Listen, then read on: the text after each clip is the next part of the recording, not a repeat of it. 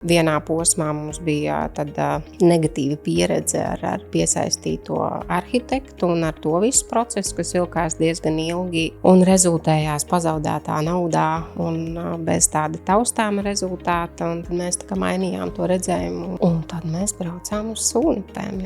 Sajūta reizēm bija tāda, ka tā māja ceļās pa dienām un ka vienu dienu mēs esam bijuši nav nekā un nākamajā dienā jau pusmāja. Eksploatācija ir sarežģīts un grūts process. Mūsu process salīdzinoši bija viegls, tāpēc, ka visu lielāko jau izdarītu. Mēs tikai nojautām, kādi papīru kalni tur ir jāsavāc. Ja būtu jādara pašiem, tas noteikti būtu šausmīgi. Šis tāds riskants jautājums šajā podkastā. Mūsu mājām ir arī garantija.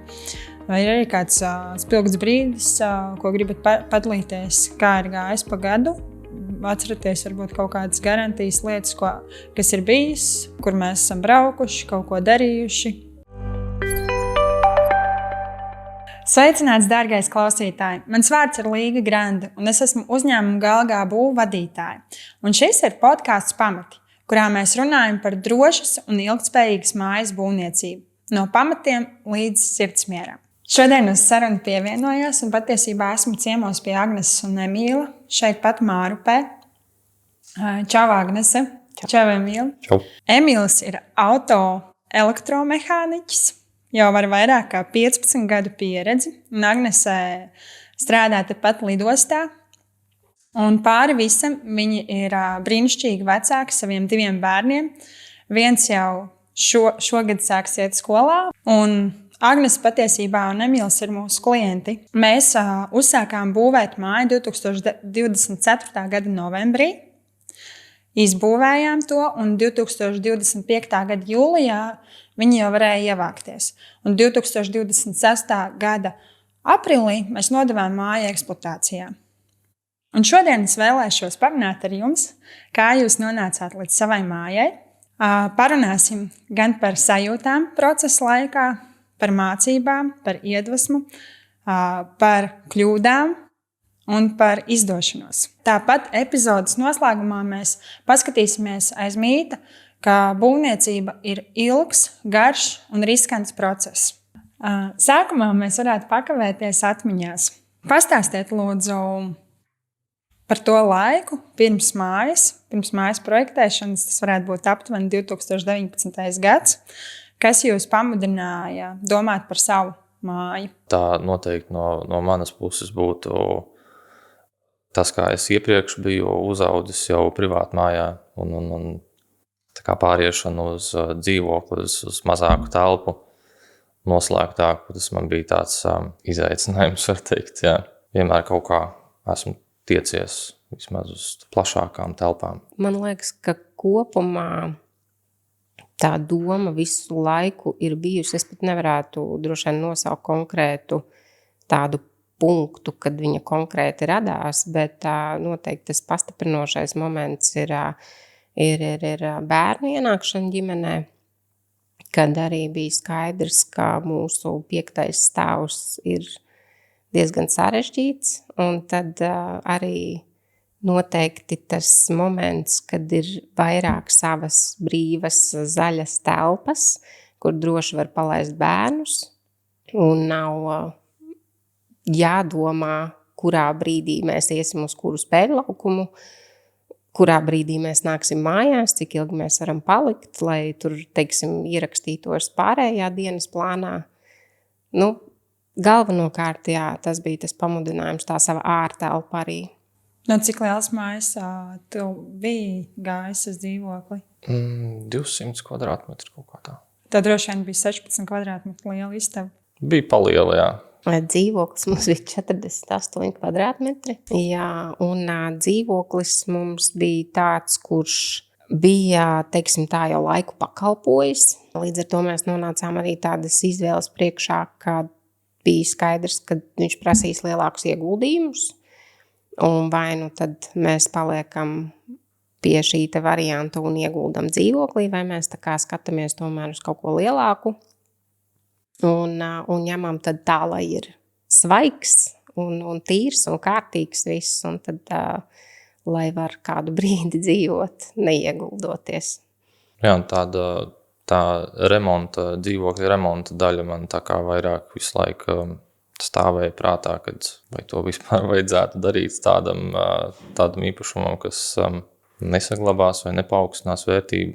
Jā, jo vairāk, ja jūs bijāt domājuši jau par māju, tad ieguldīt finanses dzīvoklī, un visticamāk, ka jaunais īpašnieks, ja arī jūs viņu pārdotu, viņš arī gribētu kaut kādu savu remontu, nevis... Tas dzīvoklis īstenībā mums vispār... Viņš tā iekrita mums. Iekrita. Arī bija plānots kā tāds pagaidu variants, un kā mēs zinām, nekas nav patstāvīgāks kā pagaidu variants. Tāpēc mums tur bija tas periods ievilkās, bet tā kopumā tas bija tāds posms pārējo. Cik ilgi jūs bijāt dzīvoklī? 8 gadi, ja es nemaldos. Un tas arī bija posms, kad abi 2 bērniņi ienāca? Nē, bērni tas vairāk aktualizējās 19.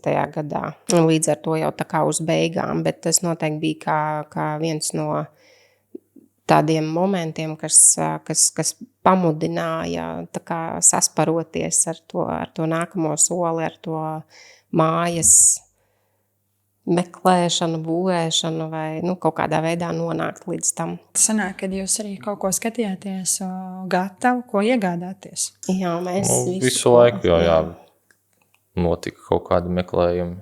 Jā, mēs esam skatījušies gatavu, mēs esam skatījušies dažādus piedāvājumus, firmas, arhitektus atsevišķi. Vienu brīdi bija doma būvēt pašiem. Pa vidu kaut kā mēs nonācām līdz šim variantam. Tad mēs beidzot esam tur, kur mēs esam. Kā jūs atradāt mūsu? Emīls atrada. Laikam to var saukt par laimīgu sagadīšanos. Pa ceļam uz darbu. Varbūt tādā mazliet izmisumā vēl biju un vienkārši meklēju kaut kādus uzticamus cilvēkus, ar ko sadarboties. Jo ar to iepriekšējo mums sanāca tā kā sanāca. Es atceros to. Man bija atnācis e-pasts, laikam no SSLV, un tajā laikā mēs meklējām vēl vienai mājai īpašnieku Sunupēs. Mums bija viena rezervēta, un otrai mēs vēl meklējām.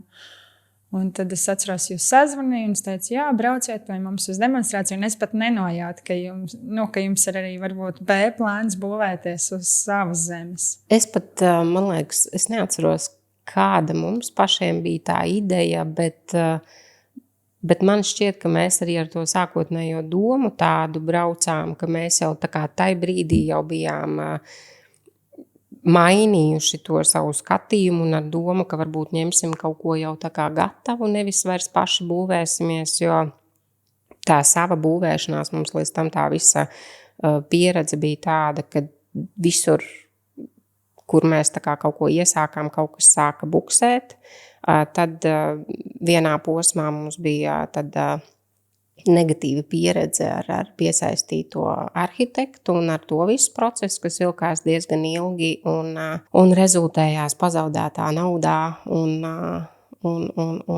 bez tāda taustāma rezultāta. Un tad mēs tā kā mainījām to redzējumu un sākām skatīties uz kaut ko gatavu. Un tad mēs braucām uz Sunupēm, jā. Uz turieni aizbraucot arī tas pirmais iespējas bija tāds vienkārši no malas skatoties uz tām jūsu gatavajām mājām. Tad likās, ok, labi. Es neatceros to komunikāciju, bet man liekas, jūs jau atbraucāt un teicāt, mums īstenībā ir sava zeme. Bet tā bija, es varbūt kaut ko nedaudz neatceros. Mums ir sava zeme, un mēs gribam, lai jūs tā kā uz mūsu zemes uzbūvējāt.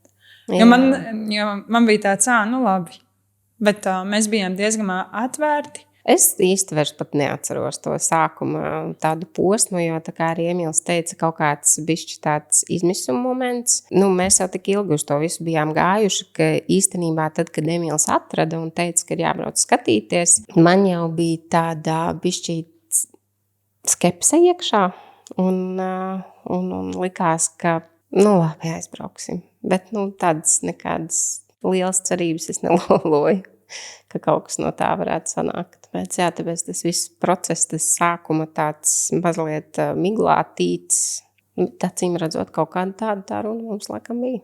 Jūs jau kaut ko nedaudz minējāt par to, ka bija negatīva pieredze, tas projekts. neizdevās, vai cik ilgi vispār tā? Jo tad jūs atbraucāt, jums jau bija gatavs mājas projekts un bija saņemta būvļauja. Tad atbraucāt pie mums, apskatījāties, kā jūs tā izlēmāt. Labi, mainam projektu un būvējam. Kas jums, kādas tās atmiņas par mūsu to Sūnupes māju, ko redzējāt, kas patiesībā ir identiski ar jūsējo? Kas bija tas, kas, wow, šito var ņemt? Ejam šitam procesam cauri. Katrā ziņā man tas brīdis, tas ir tāds viens brīdis, ko es tiešām ļoti spilgti atceros no tā laika, kad mēs braucām skatīties, bija tas, ka mēs iegājām iekšā tajā mājā, ko jūs tajā laikā būvējāt, un es sapratu, ka es redzu to, kas ir uzlikts uz papīra, ka es redzu dzīvē, un tā sajūta jau bija tāda, tā kā es varētu šeit dzīvot, un ka es esmu ienākusi, un tas izkārtojums. Jūs sāc redzēt savas lietas kaut kādas. Sāku savas lietas redzēt. Tas īstenībā, tas pirmais moments jau tāds ienākot bija jau tāds klikšķis, kad šits ir tas, ko mēs zīmējam uz papīra. Respektīvi, mūsu mājas projekts bija līdzīgs jūsējiem? Jā, ļoti līdzīgs bija. Es teiktu, ka tādās niansēs izmaiņas tur virzienā varbūt, vai mazliet tur istabu kaut kādā novietojumā, bet tā kopējā ideja ļoti, ļoti līdzīga. Es atminos, kad mēs izlēmām pārprojektēt, jo, lai mēs varētu sagatavot tāmi, mums ir jāsaprot projekts un tajā laikā jāsaprot kādā ziņā. Respektīvi, projektam ir jābūt, video bija tāds, mūsu arī šobrīdējais skatījums ir tāds, ka ja šis ir mūsu tipahead mājas projekts, mēs viņu būvējam. Jo sākotnēji mēs bijām domājuši, kad arī ņemsim varbūt individuālos, bet mums bija skaidrs redzējums, ka, ja mēs būvējam tipahead, tas būs skaidrs pirmkārt būvniecības risinājumos, izmaksās, termiņā, un kad es piedāvāju jums pārprojektēt māju, bet es atceros, jums bija jautājums par zemi. Jums, Agnes, bija īpašumā zeme ģimenei, un tur bija nepieciešama kaut kāda sadalīšanas process. Pastāst varbūt vairāk par to. Mums sakarā ar zemi bija tāda neliela problēma situācija, kurā mēs īsti nevarējām tā kā to zemi sadalīt, tā kā to vajadzētu, lai mēs varētu piesaistīt bankas finansējumu, respektīvi izpildītās bankas prasības, lai mēs saņemtu hipotekāro kredītu. Un mēs par šo problēmu runājām ar tevi un atradām viņai risinājumu. Mēs apgājām šo te sadalīšanas procesu un sadalījām visu, tā teikt, uz papīra, domājamās daļās, un šis te variants tā kā banku apmierināja, un mēs varējām sadalīt šo te īpašumu uz papīra tā, lai mēs varētu iesniegt bankā, saņemt šo te finansējumu un būvēt māju. Jā, jo jūs to varat dzirdēt manā iepriekšējā epizodē. Mēs tikāmies ar Kasparu Sauso no Luminor bankas, un tik tiešām, lai saņemtu būvniecības aizdevumu, ir nepieciešams, lai zeme ir uz aizņēmēja vārda. Jā, un arī domājot par šo zemes sadalīšanu, patiesībā ar šo saskarās, es teiktu, klienti, kas pie mums ikdienā nāk, vismaz kādi 15%. Kur arī ir vai nu ģimenes īpašums, vai ir kaut kāds vēl sarežģītāks īpašums, un kur ir nepieciešama šī sadale. Un arī mēs ciematā, mums gan tas ir tāpēc, ka šajā teritorijā, kur mums ir ciemats Kalnu Buciņi, mums ir pateikts, ka mums minimālā zemes platība ir 5000, bet tā kā mēs būvējam dviņu mājas, tad mēs sadalām arī domājamās daļās, un pie pirkuma līguma ar klientu mēs nostiprinām ne tikai jauno zemes īpašnieku, bet arī zemes koplietošanas noteikumus ar grafisko daļu, ka viena puse piekrīt, ka viņai ir tāds apjoms, otra tāds. Un tas ir šis koplietošanas noteikumi ir arī reģistrēti zemes grāmatā un saistoši visām visām pusēm. Jā, šis te variants, man liekas, arī ir tas, kā mēs vispār nonācām līdz šai idejai par tām domājumām daļām un koplietošanas līgumu, jo mēs runājām, man liekas, otrajā reizē, kad mēs bijām uz Sūnupēm, un tad tu stāstīji, ka tur arī tām esošajām Dvīņu mājām, kā reiz ir šāds te risinājums, un tad mēs pa solim arī līdz tam nonācām, kas izrādījās, ka strādā. Tas bija tā, varētu teikt, pārsteidzoši, ka neviens īsti, bija ļoti daudz cilvēku apzināti un visiem jautāts par to, bet neviens tā īsti nezināja, kas ir jādara. Tādi pat ir speciālisti savā jomā. Respektīvi, mūsu situācijā īsti mēs nevarējām atrast, kāds varētu būt risinājums, lai līdz tam nonāktu, ka kaut ko kaut kādā veidā var sadalīt. Jā, un tad es atceros, mēs parakstījām projektēšanas līgumu. Mēs pārprojektējām 2 mēnešos. Un tad mēs gājām kopā ar jums šo te sadalīšanu. Un tad jau atceros, ka arī piesaistījām finansējumu, sagatavojām tāmi, vedām pa solīšiem. Kā jums tas process likās? Nebija kaut kādā brīdī, kad tā iepriekšējā pieredze vai tiešām tur izdosies, vai tur, es nezinu, vēl kaut kas? Tā iepriekšējā pieredze noteikti velkās līdzi. Es neteiktu, ka visam procesam, bet noteikti, ka sākumā, kamēr saprot, kas ir kas, kurš ir kurš un kā runāt. Un, teiksim, arī tā uzticība laikam, es teiktu, ka ir jāizveido no sākuma. Jo, ja mums tā iepriekšējā pieredze ir bijusi negatīva, tad, protams, ka sākotnēji mēs skatāmies, kas tiek teikts, kas pēc tam tiek darīts, vai tas saskan, un attiecīgi izveidojas tā uzticība, un pēc tam jau manā skatījumā tas process aiziet raiti un ļoti veiksmīgi.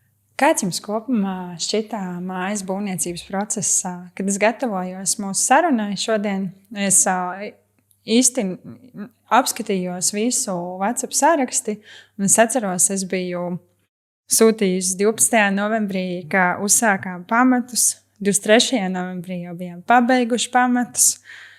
Novembra beigās sākām mūrēt ārsienas. Un šķiet 19.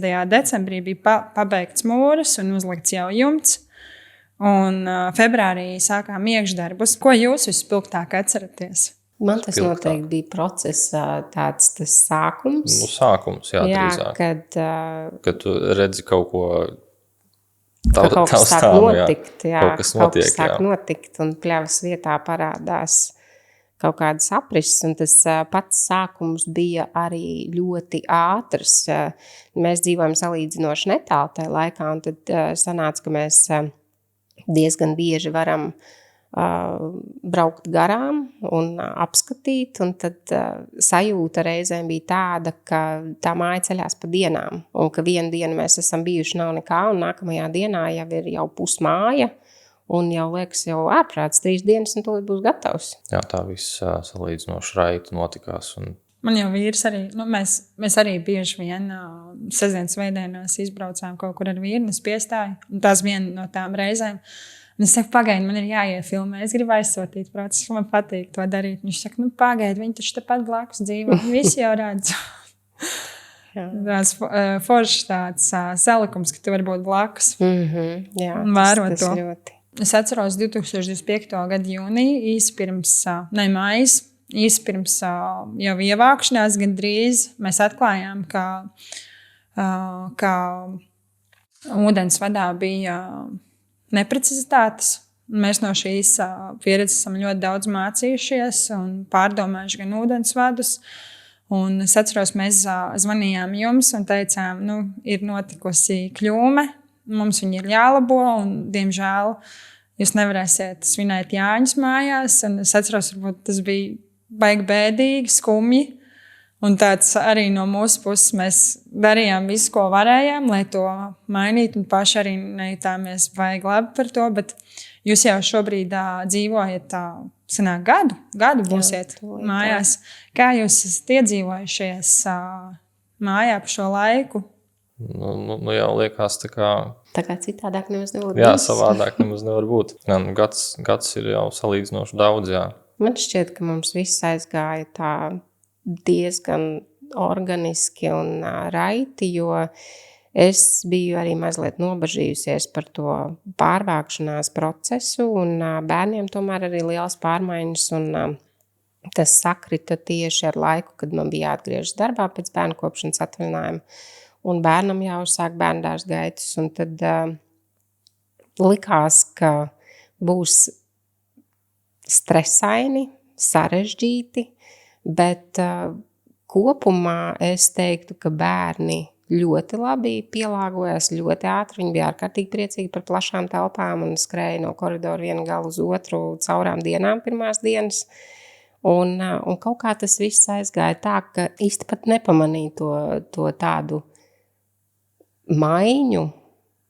Tas laikam bija tas, kas mums tik ļoti bija vajadzīgs, ka mēs tā tik ļoti organiski iedzīvojamies, ka mums īsti pat nebija tāda baigā punkta, kur mēs jutām pāreju lielu vai kaut ko tādu. Jums ir kāda mīļākā vietiņa brīvdienās vai ikdienā, kur katrs uzturās, ko novērtēt? Mēs diezgan daudz uzturamies lielā istaba virtuve, tas ir klasiski, protams, bet man liekas, ka tādas konkrēti īpašas vietas īsti vēl nav, jo mēs arī pēc gada esam vēl tādā iekārtošanās procesā, gan ārtelpu, gan arī vēl tā kā iekštelpas līdz galam īsti, bet jā, dzīvojamā istaba tas ir visiem. Tur, kur vecāki, tur arī bērni, vai ne? Jā, parasti. Jā. Ja jums būtu arī jāpadalās, šis tāds riskants jautājums šajā podkastā, bet bieži vien arī savos Facebook laivos no ciemata stāstu par to, ka mūsu mājām ir arī garantija, vai ir arī kāds spilgts brīdis, ko gribat padalīties, kā ir gājis pa gadu, atceraties varbūt kaut kādas garantijas lietas, kas ir bijis, kur mēs esam braukuši, kaut ko darījuši. Tie tādi vairāk sīkumi, kas, gribot, negribot, vienmēr kaut kur procesa gaitā parādās vai pēc tam izlien ārā. Nekas tāds, par ko īsti satraukties nebija. Kaut kas tur logiem ar blīvgumu bija. Jā, bet tas arī viss ātri atbrauc un nomainīja. Tur nekas tāds. Man bija nekas traks katrā ziņā. Man bija tāds sirsniņi strauji pukstēji. Es domāju, jūs man abi divas tiešām mēs pavadījām šķiet vairāk kā gandrīz gadu kopā komunikācijā, kaut kādās sarakstēs. Un man ir tāda tendence, kad es ar tiem klientiem, kuriem es strādāju, viņi man ir sirsniņā mīļi un es dzīvoju jums līdzi. Un tam man bija tāds, es gribētu ļoti jūs uzaicināt uz šo sarunu, bet kā tur būs. Es atceros dažas garantijas gadījumus. Bet, mēs līdz ar to, kad būvējam mājas vairāk, mēs jau esam izstrādājuši garantijas procesu un daudz ko arī sapratuši, ko ir jāuzlabo, ko jāmaina. Un jā, mēs arī pasakamies par to pieredzi, ka mēs varējām atbraukt, varējām saprast, kas ir noticis. Jo tas ir diezgan dažādi. Varbūt bija kādas mājas, kurās mēs iepriekš cēlām kaut kādas lietas, parādījās, un mēs sapratām, tā mēs vairs nevaram strādāt. Tie bija melnie krāni. Jāņem viņas nost. Vai kādas citas lietas. Kas vienām, bet dažreiz ir tā, ka citai mājai viss ir forši, citai atkal kaut kas ir. Jā, bet tās tādas lietas, ko man liekas tikai lietošanas tādā procesā, jo uzceļot un nelietojot, tas viss jau tā kā skaisti stāv un viss ir kārtībā. Bet tad, kad sāk izmantot lietas un tad jau arī parādās kaut kādas nianses, kas būtu jāņem vērā, kas varbūt jāpamaina. Tā jau arī mēs uzzinām par tām lietām visām. Ja mums būtu jādalās pieredzē ar jauno klientu, kurš grasās būvēt māju pirmo reizi, kāds jums bija tas process, domājot par izmaksām? Vai jūs varat padalīties, vai būvniecības laikā bija kādas izmaksas, kas būtiski mainījās no tā, ko mēs bijām sākotnēji runājuši? Es teiktu, ka kopumā nē, bet katrs gadījums jautājums ir par to, ko kurš uztver par papildus izmaksām. Jo katrs gadījums arī ir individuāls. Ja mēs runājam tīri par tāmi, tad attiecībā uz tāmiem iekļautajām pozīcijām nekādu izmaiņu īsti nebija. Bet ir jāņem vērā, ka tur jebkurā gadījumā ir kaut kādas izmaksas, kas iet paralēli. Šur nodeva, tur nodeva. Neparedzēti elektrības izdevumi. pieslēgums. Jā. Mums būvēšanas procesā, par cik mēs neesam ar šo jomu saistīti abi divi, tad mums pārsteigums bija elektrības patēriņš mājas žāvēšanas stadijā. Tas bija tāds interesants moments. Mēs bijām gatavi, ka būs arī kaut kādas izmaksas, jau ka nebūs tā, ka mēs tagad sagaidīsim gatavu māju un tad tikai sāksim maksāt. Bet tas bija tāds tiešām interesants moments, jo mēs pārējot no 48 kvadrātmetru dzīvokļa, mēs tādu patēriņu redzējām gandrīz pirmo reizi. Jā, kaut kādas 1200 kWh bija.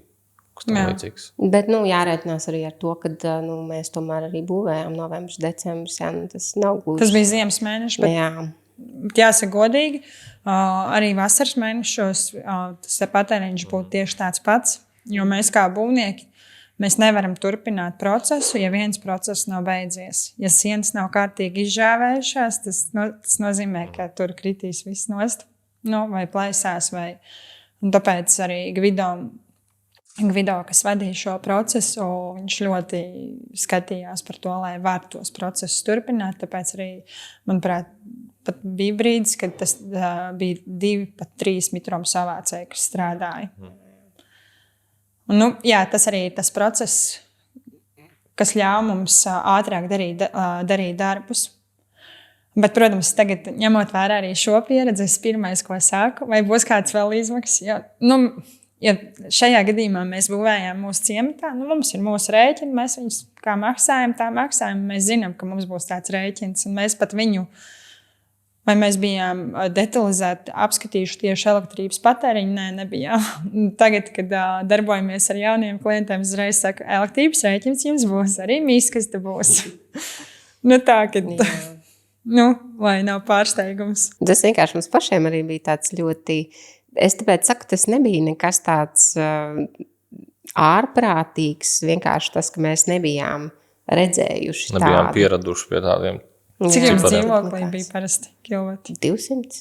Tas, jā, 5 reizes vairāk. Jā, un cik jums šobrīd izmaksā māja? Kādi jums bija rēķini šo ziemu un kāds varētu būt vidējais rēķins? Šī ziemā, ja mēs atceramies, bija augsta.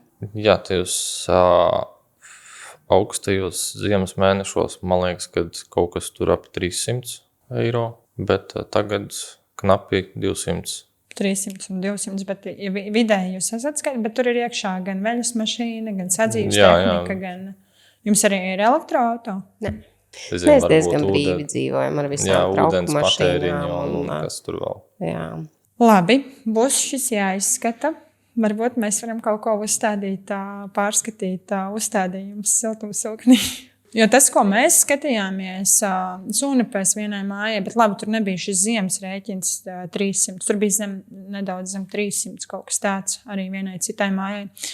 Ka mēs reiķinājāmies, ka būtu vidēji, ja mēs saliekam vasaru ziemu kopā, ka tur varētu būt līdz 150 eiro mēnesī. Tās ir mīts, ka eksploatācija ir sarežģīts un grūts process, un ar būvvaldi mēdz būt sarežģītas sarunas. Kāds bija jūsu process un kāda bija sadarbība ar mums? Mūsu process salīdzinoši bija viegls, tāpēc, ka visu lielāko jau izdarītu. Un tad sanāca tā, ka mēs tikai nojautām fonā aptuveni, kas notiek ar būvvaldi un kādi papīru kalni tur ir jāsavāc un jāiesniedz. Tas bija process, jebkurā gadījumā ar iesniegšanu, ar skaidrošanu, ar visu pārējo, bet kopumā, ja būtu jādara pašiem, tas noteikti būtu šausmīgi. Jā, tas būtu traki. Bet mums tas bija ok. Domājot par eksploatāciju, tā kā mums jau ir pieredze mūsu ciematos, un pēc man tas liekas salīdzinoši vienkārši. Bet, ja, protams, tu neesi iekšā tajā procesā un tev nav bijis iepriekšējā pieredze, tad tas tev viss ir no jauna. Jā. Un pēc būtības man ir kontroles saraksts. Es zinu, kādu dokumentu apjomu ir nepieciešams. Mēs šo māju esam projektējuši, būvējuši, pēc tam nedaudz veidojuši projektu korekcijas. Man viss stūrīši ir zinām. Jā, bet dažreiz ir kādas lietas, par ko es arī nezinu. Bet man ir komanda, arhitekts, projektu vadītāji, un mēs to ātri varam novērst. Jebkuru, pieņemsim, mums bija nepieciešama precizējuma ar būvvaldi, papildu saskaņojumu. Mēs to varējām veikt nedēļas laikā vai nedaudz ilgāk. Jā. Bet mēs varbūt dažreiz likās, ka es iesniedzu vienu papīru, bet tur īstenībā vēl ir 5 telefonu zvani, kur es zvanu uz vienu, tad viens man saka, zvani nākamajam, tad nākamais saka, zvani tam, un tad es pazvanu tam, un viņš saka, jā, tā, viss tur ir kārtībā. Un katrā ziņā, ja mēs tā kā baltas lapas tur sāktu to visu procesu darīt, tas, es nezinu, tur. Ja es to darītu, tad būtu droši vien gads pagājis stabili. Ja nav arī tāds, tu teici, ka tev ir kontrolsaraksts. Internetā kaut vai pameklējot, nav īsti tādu vadlīniju, teiksim, ja meklē, tad tāds precīzākais, ko var atrast, ka tas atšķirās katrā pašvaldībā. Bet tā, lai mēs, teiksim, atrastu konkrētu šeit, kur ir saraksts, 1, 2, 3, tas ir jāizdara, tas ir jāiesniedz, tādu īsti nav. Līdz ar to, ja cilvēks ar to nav saistīts, ir ļoti sarežģīti. Un man liekas, arī ieiet tajā visā procesā, arī visā ir jāiesniedz tie papīri visi. Arī tur saprast tās sadaļas, kas zem kā, kur ir jāiesniedz. Tad atkal tiek prasīti kaut kādi precizējumi kaut kam. Es atceros, mēs vienu dokumentu tur bīdījām visu laiku. Tad es iesniedzu, viss jābūt, nav jābūt. Jā, tad tur kaut kāds viens paraksts pietrūks. Bet, es to procesu pārzinu un es arī, tā ir mana ikdiena. Jā, tieši tā, jo arī es...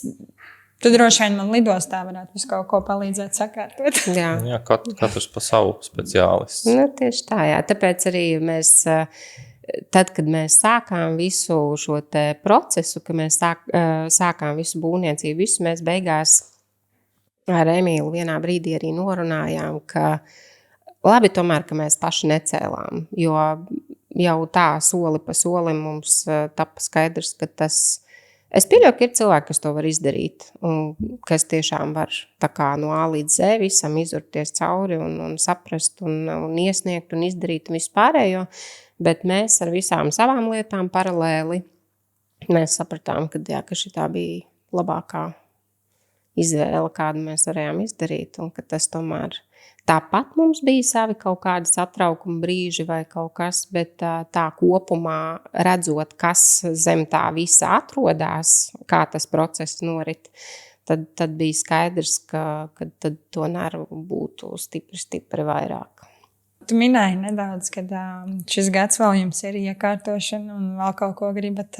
Kā jums kā pārim ir viegli vienoties, nezinu, toreiz bija jāizvēlās flīzes, virtuve un arī turpmākie lēmumi saistībā ar iekārtošanu. Man liekas, ka šobrīd mēs esam tādā fāzē, kad mēs vienkārši novienojāmies par prioritāti, ko mums vajag tagad. Un tad mēs tādas lielās lietas. Kopīgi izspriežam, kurā virzienā mēs skatāmies un kas ir tas, kas mums varētu derēt. Un, teiksim, būvniecības procesā, kad jau mēs tikām jau, piemēram, līdz virtuves izvēlei, tad mēs aizbraucām uz vietas arī apskatīties, un tad tapa skaidrs, kāda būs tā virtuve, un tad attiecīgi mēs nolēmām, ka tad tālāk arī skatāmies tā, lai ir vienots viss tas skats un sajūta, un tad mēs tā kā ņemam par pamatu kaut ko vienu, un attiecīgi pārējo skatāmies pēc tā.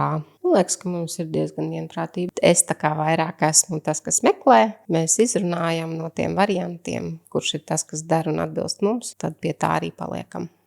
Es patiesībā gribēju pateikt, tu minēji par to, ka tev bija skepse. Kaut kādā. Man arī dažreiz vīrs atnāk ar savām idejām. Un viņš arī tur stāst un tā, un šitā. Un es, protams, man jau tur galvā jau griežās, tā, ko viņš ir izdomājis. Bet īstenībā jau vairāk es iepazīstu savu vīru, mēs visu dzīves garumā patiesībā iepazīstam viens otru. Jo vairāk es gūstu to apliecinājumu, paldies Dievam, ka viņš man ir, un man ir vairāk jāpaļaujas uz viņu. Tā. Jā, mums jau tā skepse vairāk, mana konkrēta skepse vairāk bija no tiem konkrētajiem apstākļiem, ka mēs jau tai virzienā bijām gājuši kādus vairākus jau gadus un ar visām tām negatīvajām lietām pa vidu un tādu sajūtu, ka nekas nenotiek un lai ko darītu un kurā virzienā ietu, ka nekas neiet uz priekšu, tad man liekas, ka es jau biju tādā punktā, kad man likās, ka labi, mēs varam aizbraukt apstīties, bet tāpat tas nekad dzīvē nenotiks. Tādā punktā apmēram, nevis par to, kad tā kā kaut kas nebūs labi vai kā, bet kad es vienkārši tā kā vairs pēc tā iepriekšā procesa vairs neticēju, ka mēs kaut kur varam nonākt. Forši, ka tu, Emīla, tu turpināji virzīju un mēs varējām satikties. Pēc visas šīs pieredzes no pirmā neizmantotā projekta pārprojektēšanas un eksploatācija, ja jums būtu jāiet vēlreiz šis ceļš, vai jūs būvētu tieši tādu pašu māju, vai šajā pašā vietā, un varbūt kaut ko jūs darīt citādāk? Es domāju, ka ar to, kas mums bija un ar to, kas mums ir, šis ir labākais variants, ko mēs varējām. Un kā cilvēkam jau vienmēr gribās kaut ko vairāk un labāk, bet vēl jau gads ir pagājis. Jāveido tālāk tā sava mūsu vīzija, kā izskatīsies tā mūsu ģimenes māja. Viena lieta, ko es darītu citādāk. Ja mēs būvētu otrais, mēs noteikti uzliktu bruģīti arī tur, kur ir tagad piebraucamās. To var mainīt vēl. Jā, tas viss procesā laika gaitā. Tas viss ir procesā. Jā, jo es bieži vien cilvēkiem saku, kad tad, kad jūs skaties pēc mājas, mēs gan ciematā būvējam, gan ārpusē, tad es saku, māja jau nav tikai mājas uzbūvēšana. Tā ir tās labiekārtošana, iekārtošana, mēbeles, virtuve, vēl citi iebūvējumi. Galvenais jau to, laikam, procesu izbaudīt. Kas to procesu padara izbaudām? Tas, ka tas piedara mums, nevis kādam citam. Ka var iedomāties kaut ko gribās un kā virzīties uz to un izveidot. Jā. Tu neesi tajā mazajā telpā tāds ierobežots. Tas, ka tu vari iekārtot to savu apkārtējo telpu un pats radīt to savu māju sajūtu. Un arī tā sajūta. Es nezinu, viens klients stāstīja, iedomājies, mums ir mūsu zeme, un es atbraucu, tur ir mani pamati. Tie tiešām ir mani pamati. Viņa ir tādu excitement stāstīja. Un es atbraucu vēl tur pēc 2, un tur ir mūsu, un tā reāli būs mana māja. Tā kā ar tādu neticību. Viņa ir tā sajūta. Sākumā, protams, mums sākot dzīvot tajā mājā, mums bija tādas sajūtas, kad, ko mēs darām, kur mēs atrodamies. Neticējām, ka tas tā kā mums piedara. Jo vienkārši tik ilgi jau bija tajā iepriekšējā dzīves vietā nodzīvots, tad no rīta pamosties, tā kā mājā atrodamies, citā vietā. Vairs nebūs 5. stāvs. Jā. Paldies, ka dalies. Jā, un atmaskosim mītu, ka mājas būvniecība ir sarežģīts, ilgstošs un riskants process. Gribu teikt, ka, ja izvēlies tipveidu mājas projektu, tad šis projekts ir paredzams, jau vairāk kārt atkārtots, un vismaz pie mums GLG būvē tu vari atbraukt uz māju demonstrāciju, apskatīties jau gatavu māju, līdzīgi kā Emīls ar Agnesi atbrauc pie mums un saprat, ka jā, šis projekts varētu būt, un mēs tieši tādu pašu projektu projektējam uz klienta zemēm. Un tātad, ja projekts nemainās būvniecības risinājumi, jā, tāme ar gadiem šī brīža ārējo faktoru rezultātā mēdz augt. Tas varbūt iedod to, ka jābūvē ir šodien, jo vai cenas būs materiāliem zemākas, nezinu. Tātad mēs visas lietas esam paredzējuši projektā, un arī šobrīd GLG būvē ir savu materiālu, nav jābraukā pa iestādēm un jāmeklē ne flīzes, ne grīdas segums, jūs atnākt izvēlēties pie mums birojā. Mēs visas lietas precizējam pirms būvniecības, slēdzam būvniecības līgumu, un tāmas izmaksas neaug. procesa laikā, jo mēs visu sākotnēji esam fiksējuši. Kāpēc tas nav riskants process? Tāpēc, kad tu izvēlies būvēt ar to pašu uzņēmumu, kas tev projektē, būvē un nodod eksploatācijā, ir viena atbildīgā persona. Tātad tu varēsi prasīt atbildību vienai personai, un arī mūsu mājām ir garantija. Un, ko gribēju teikt par ilgstošo procesu? Ja mēs būvējam tipveidu māju projektus, mums ir zināmi visi procesi, gan pamatu, gan mūri, gan jumts, gan iekšēji apdari, gan arī labiekārtošana. Mums ir komandas, kas strādā un rotē pa objektiem, tad mēs varam dot arī laika termiņu, un mēs tajā noteikti iekļaujamies un bieži vien izdaram ātrāk nekā cilvēki sagaida. Tāpēc, ja izvēlās tipveidu mājas projektu pie viena būvnieka atbildīgā, tad šis process tiešām ir baudāms, laikā paredzams un arī izmaksās. Mēs daudz ko esam mācījušies. Un jā, mēs tiešām esam pateicīgi jums. Noslēgumā, kāds ir jūsu ieteikums cilvēkiem, kas šobrīd šaubās būvēt vai nē? Kā jau laikam iepriekš minēju, kad īstais laiks ir tagad, jo mēs nezinām, kas būs rītdien. Jā, es arī droši vien ieteiktu, ja ir kaut kāda doma, ka gribās un ka vajag, tad ir jādara. Man arī ir tādi klienti, kuriem nav vēl bērni. Ko jūs viņiem ieteikt? Un bieži vien viņi saka, man viss ir sakārtots, mums ir dzīvoklītis, man nespiež, jā, mums ir tā zeme, bet bērni vēl nav. Tad viņiem droši vien arī mainīsies, prioritātes mainīsies, jā. Jo ar to, ko mēs saskaramies, viņi ir šajā stadijā, procesā, bērni nav. Un tad pēkšņi uzrodās, kad dzīvē viss pamainās un bērniņš dzims pēc 6 mēnešiem. Un tad māju vajag vakardien. Tad droši vien, kad ir vērts saulaicīgi apdomāt. Es gan neteiktu, ka tas noteikti ir katram pašam jāizlem, jo bērni jau nav vienīgais faktors, kāpēc gribēt māju. Tas jebkurā gadījumā ir komforts, plašums, kas katram, ja ir doma par māju bērnu dēļ, tad noteikti ir jāsāk darīt, lai ir izdarīts un ir tā māja tiem bērniem. Jā, maziņiem esot. Nevis tad, kad ir tīņu vecumā, viņi sēž katrs savā istabā. Jā, tieši tā. Lai viņi baudītu to viesistabu pagalmu. Jā, jo maziem bērniem tas ir